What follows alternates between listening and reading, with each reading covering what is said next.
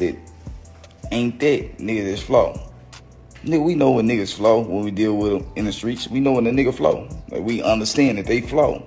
We don't capitalize off their flawness though, because we'll capitalize off real shit. We ain't gonna capitalize off no nigga being flawed, weak as hell. Nigga, we understand what a nigga weak as hell. Then he a street, call himself a street nigga. He could be a street nigga, but he's still weak as hell. We don't capitalize and try to glorify this shit. Now, we gonna sit here and have conversations about niggas as strong as us. We don't have conversations about niggas as weak as hell. You need to be fucking me up. Okay. Now, I understand nothing of what Jay Prince Jr. said. This is Jay Prince Jr. If you didn't know, that's not senior, but it's junior. But I gotta say, man, I've communicated with a lot of people, and I think I know what's going on. So what I've gathered is Houston is like a different world. That supposedly Jay Prince and his sons operate with some wild amount of power and respect and immunity that doesn't exist in any other part of the world. That's why you see Mason Betha and you see Cameron Giles react to them this way, because these guys are acting like they're in Houston when they're talking not to people from Houston. Now, I have to put this in perspective, okay? This is all things I've heard.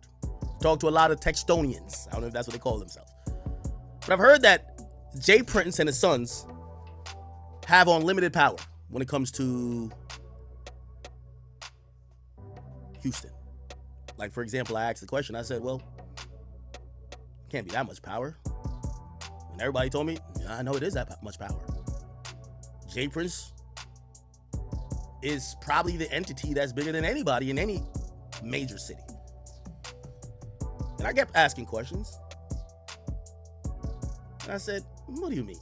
And I even brought up the story I told y'all before. I said, 6ix9ine told me when he got arrested for federal, on his RICO case, he said another department came in and questioned him to say, do you know anything about Jay Prince? To me, it told me the feds wanted to get Jay Prince. But it also told me they've been unsuccessful. What it also told me was that maybe there's something there behind everything we see. We see the courtesy calls in this and third, but then a few stories was told to me. I'll purport one of them. And I've heard this from 6 people so far, so I'm inclined to believe it.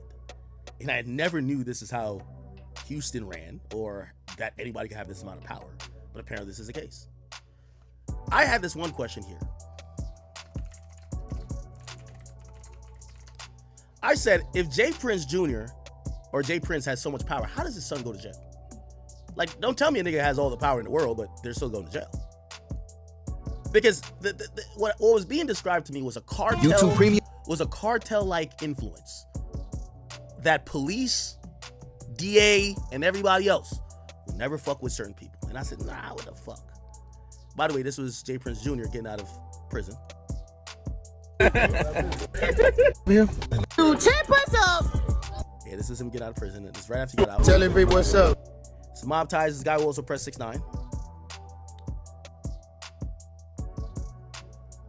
And then I got sent down a rabbit hole that I've been trying to figure out for the last probably couple weeks. But it only convinced me that everybody who told me this was right. Maybe Jay Prince and them, they're that people. And it might sound wild. I'll give you some of what I know. So my question was, well, if a nigga really is that powerful, because everybody keeps saying Jay Prince is the boogeyman, how the fuck does he get sent to jail? Because he got sent to jail and got released at a certain point. I think that video might be deleted. No, it's still up. How? If you're that powerful, you never go to jail.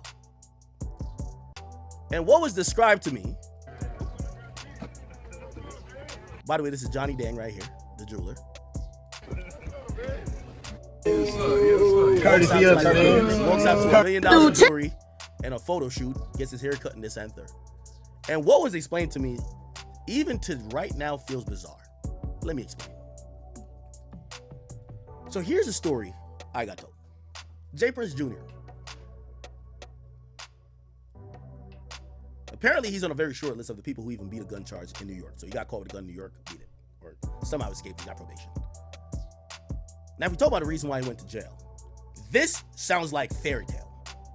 But I have to, and the only reason why I'm even letting y'all know this is because when we think about anything to do with Jay Prince, I think most contemporary people in hip hop is like, what the why does nigga keep doing courtesy calls and talking slow? Why does his son think whatever? Well, hear this. So I hear, basically, nobody fucks with Prince family in Houston. Nobody. Including the cops. Cops know what it is. Jay Prince Jr. allegedly, one day, is driving home drunk. Hey, I'm the king of this bitch, why not? While driving home drunk,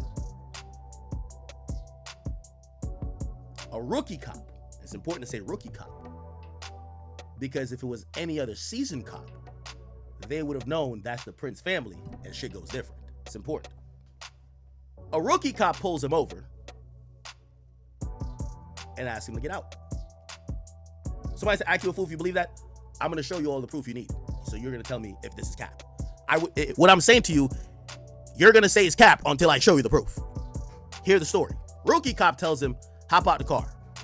He's already like, what do you mean hop out the car? I'm Jay Prince Jr. Hop out the car. Reluctantly, he hops out the car. Supposedly, they either find that he's intoxicated or whatever.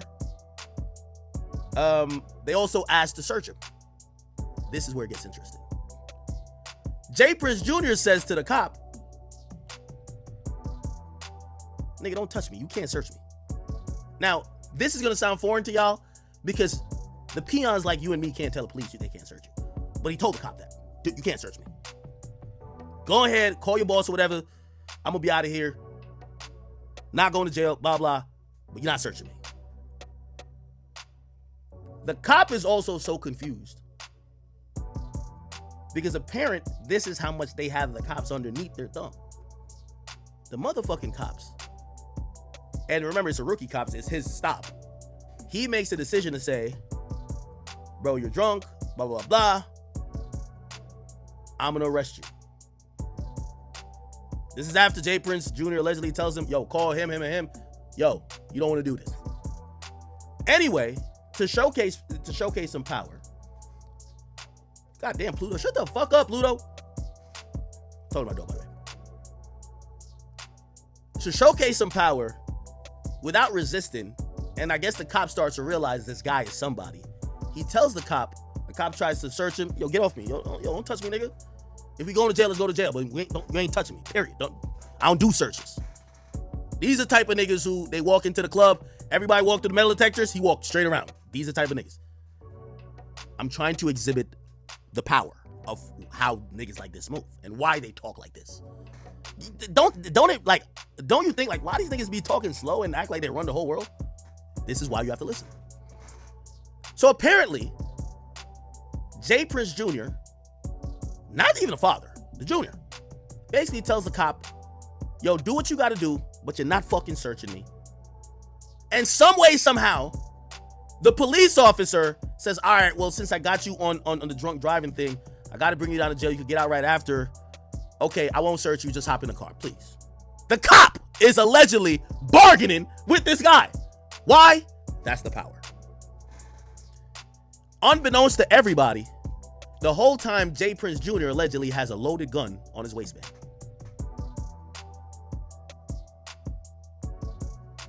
The cops are shook. They never searched him one time. They allow him to get in the car. He complies with that. They never search him.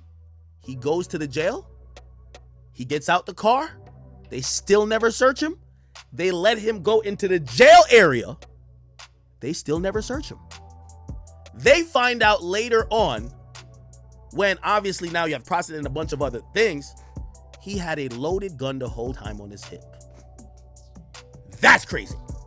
So I'm like, y'all like, yo, why niggas everybody care about Jay Prince like that? Yo, why is it? I get it now. If you could convince the police who are gonna process you for whatever to don't put their fucking filthy hands on you and search you when you have a loaded gun in your hip, and you walk into a jail cell, and you walk into wherever they hold inmates. Y'all know even when the cops go down to the station, the cops got to take off their shit. The cops don't go in there with all their guns on. They take their shit off too. They let a prisoner go in there with a gun on him because they too scared of the nigga to search him. If the police scared of him, why don't you think that's why they talk like that to everybody else? Now you're going to be like, nah, that's cap. Maybe I'm lying. I could be lying. Let's see why he went to jail.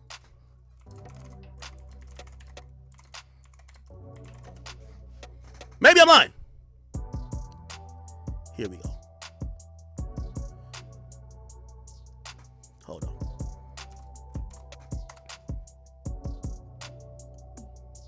Jay Prince Jr. accused of DUI, bringing weapon to county jail. Okay, that's not the video I want to play.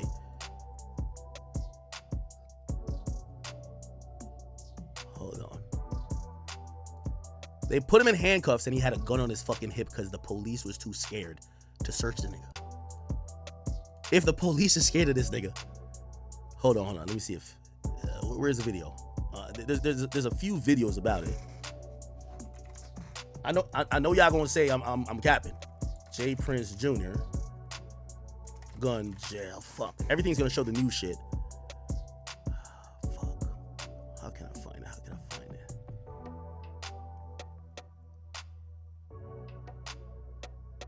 Yeah, I can't find it. There's a news report about it. Wait, here we go. I'm sorry. I'm gonna find it for y'all. I want y'all to see the shit. Because this shit blew my mind too. This shit fucking blew my mind. Arrest, gun in jail. Here we go. Is it this? Why is it not showing the video though? All right, let's just read this for now. James Prince Jr., son of CEO Rap-A-Lot James Prince, was accused of driving while intoxicated and bringing a firearm into a correctional facility, according to police. He's charged with DUI and bringing a prohibited weapon or item into a correctional facility. Officials say Prince was leaving a private party, and was carrying a clear glass with alcohol in it. Houston police say that Jay Prince Jr. showed signs of intoxication, slurred speech, and unsteady stance. They warned him that he was too intoxicated to drive. They warned him. Look, just think about this. The police is telling him, bro, I think you're too drunk. Don't even get in the car, bro. We don't want to do nothing. It's like he's saying to the cops, fuck you. I'm still going to get in the car. Think about the mentality you got to have.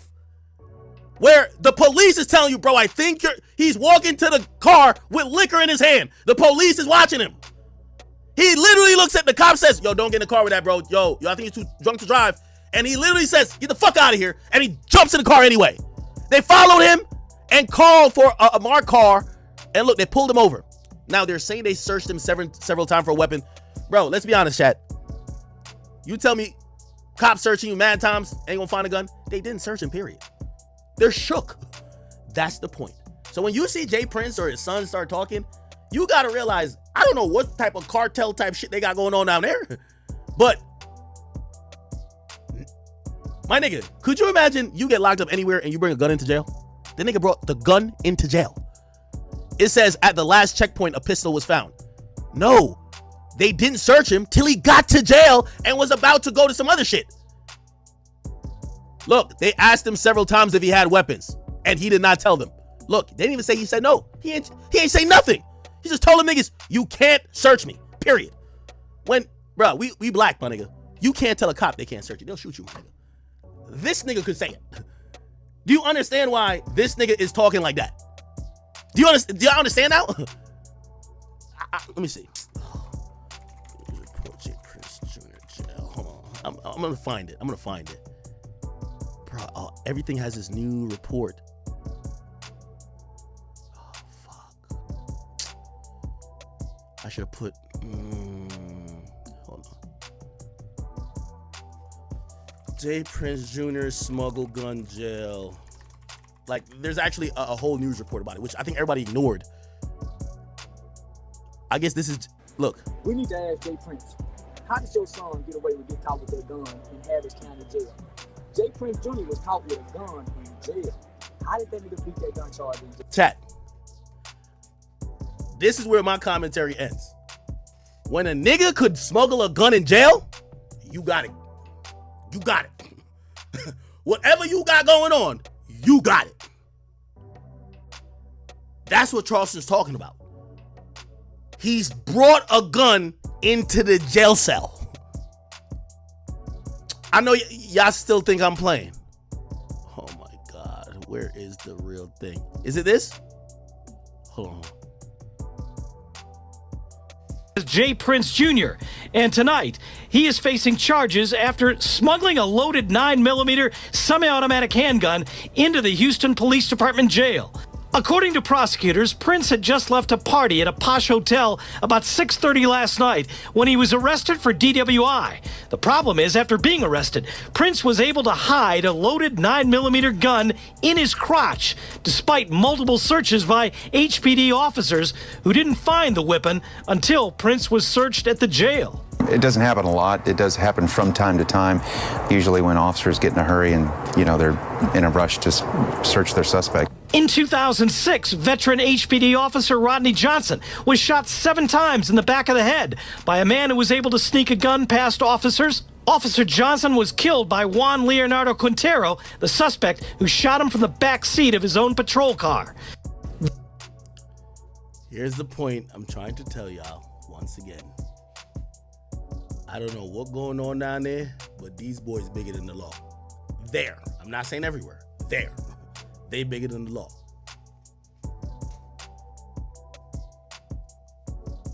I kept digging around. I said, damn, is this that much power and influence? They said, you ain't know? Yeah. I said, what the fuck? I said, well, yo, it was at it was at Jay Prince Jr. party that Takeoff got killed. You know what they told me? They about to throw that case out. Nothing gonna come out of that. Trust. I said, what do you mean?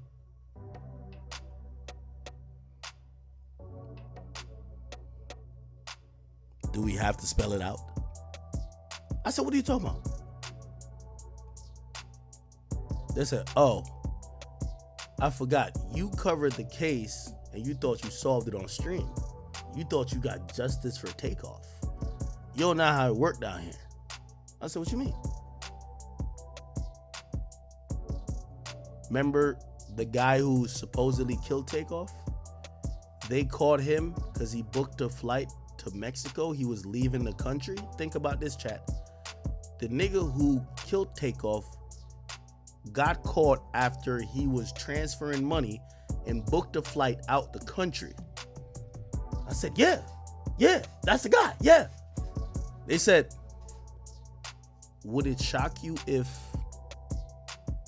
not only they gave him a bond, first of house arrest, but now he could go wherever he wants? I said, no way. They said, go check the court documents. I said, you're lying. No fucking way. I did. I checked the court documents, chat. Wasn't pretty. Chat, unfortunately, this Takeoff shit is going nowhere fast. First thing I got showed was this.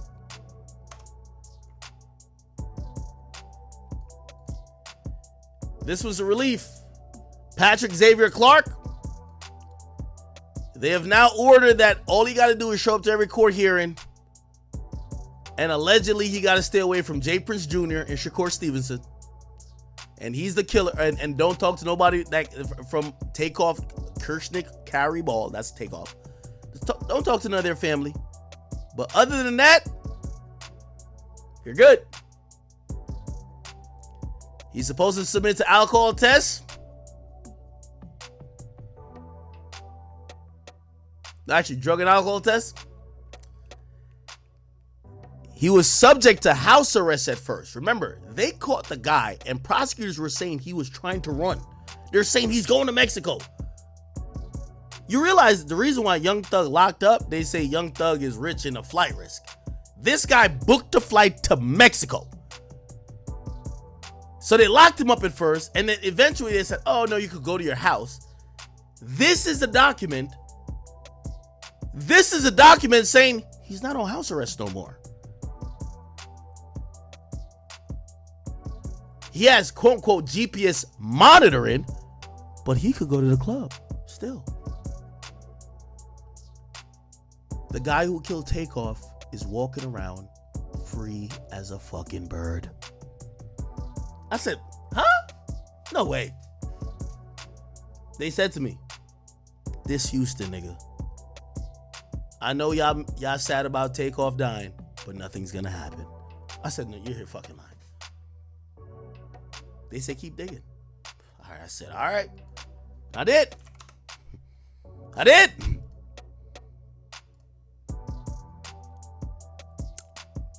Next thing I found, I said, I got him. Got these motherfuckers. I know justice will prevail. Yeah, chat. I pulled this up. It's a motion for scientific evidence. Now, let me give you the breakdown of what's going on with Takeoff's case. You see, we're all often consumed with what's going on with someone who died in the case while it starts, but we don't realize what changes afterwards. Here's the point. Remember, we don't got to get all into it. If you haven't caught up on the Takeoff stuff, go to King Akademiks YouTube channel, Google Takeoff, you'll find a lot, unfortunately. We've already solved it. We've already broke everything down. The guy who was arrested for the murder, his sole defense is this. So he had told the cops, here's the funny thing, two things. The cops arrested him and charged him because they felt they had evidence that his gun did the shooting. And when he told the cops, he said he shot back. He heard bullets coming his way and he shot back. So he was kind of going with self-defense. Now, if you're a Takeoff, if you're a Migos fan, I'm sorry for some of the things I'm gonna say, but I'm only speaking what is up to date in the court documents. So the new motion for for discovery for scientific evidence. By the way, these lawyers are known for working with a particular family. Let's not say that, but you know what it is. As I said, there's something going on here. But I'm going to leave it alone because I've realized what this is.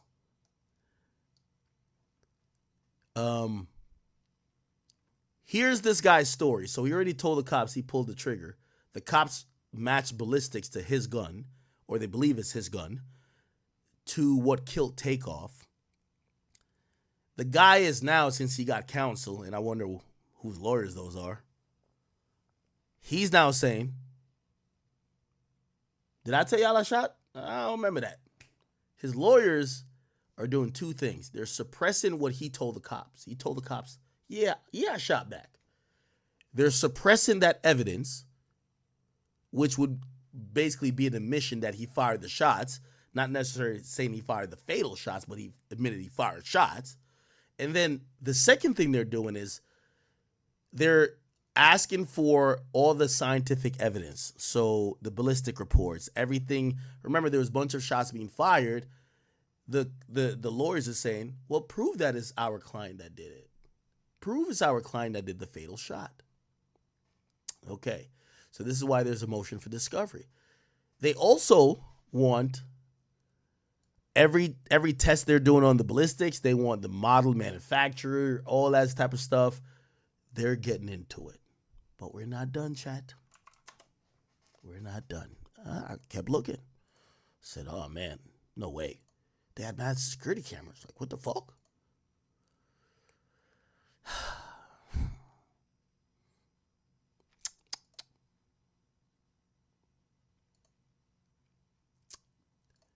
Then I seen this.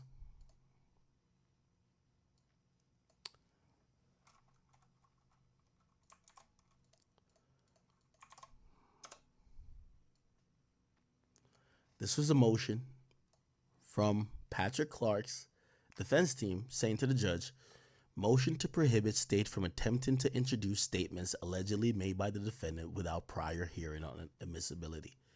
So he told the cops, yeah, I fired, but in self-defense. He told them that without the lawyers and them getting to this point. They're throwing out this, they're putting a motion to throw out his statements where he admitted he fired the gun. I know. You might be like, what? This is Texas. We're not done yet. We're not done yet. The last thing. Yes, chat. I know. The last thing, and I've used this term a bunch here, it's called a Brady notice. So a Brady notice is where the prosecutor has a duty to let the defense know of anything that could be of evidentiary matter, even if it helps or hurts the prosecutor's case. So recently, they had to do a Brady notice and let Patrick Clark's attorneys know. So the prosecutors let their attorney know. Remember the guy, or not guy, remember the person we had test all the ballistics that came back with because remember, there's no clear audio on who shot Takeoff and killed him with the headshot. So they're going off a lot of ballistics and tests, right? Here comes the Brady notice. The Brady notice is the prosecutor telling the defense, saying, remember the guy who did all the tests that said that you shot Takeoff because of this test and this test and this test and this test? Well, let's read it through. This notice concerns a potential witness in the above-mentioned case pursuant to its continuing duty under Brady. Listen to this.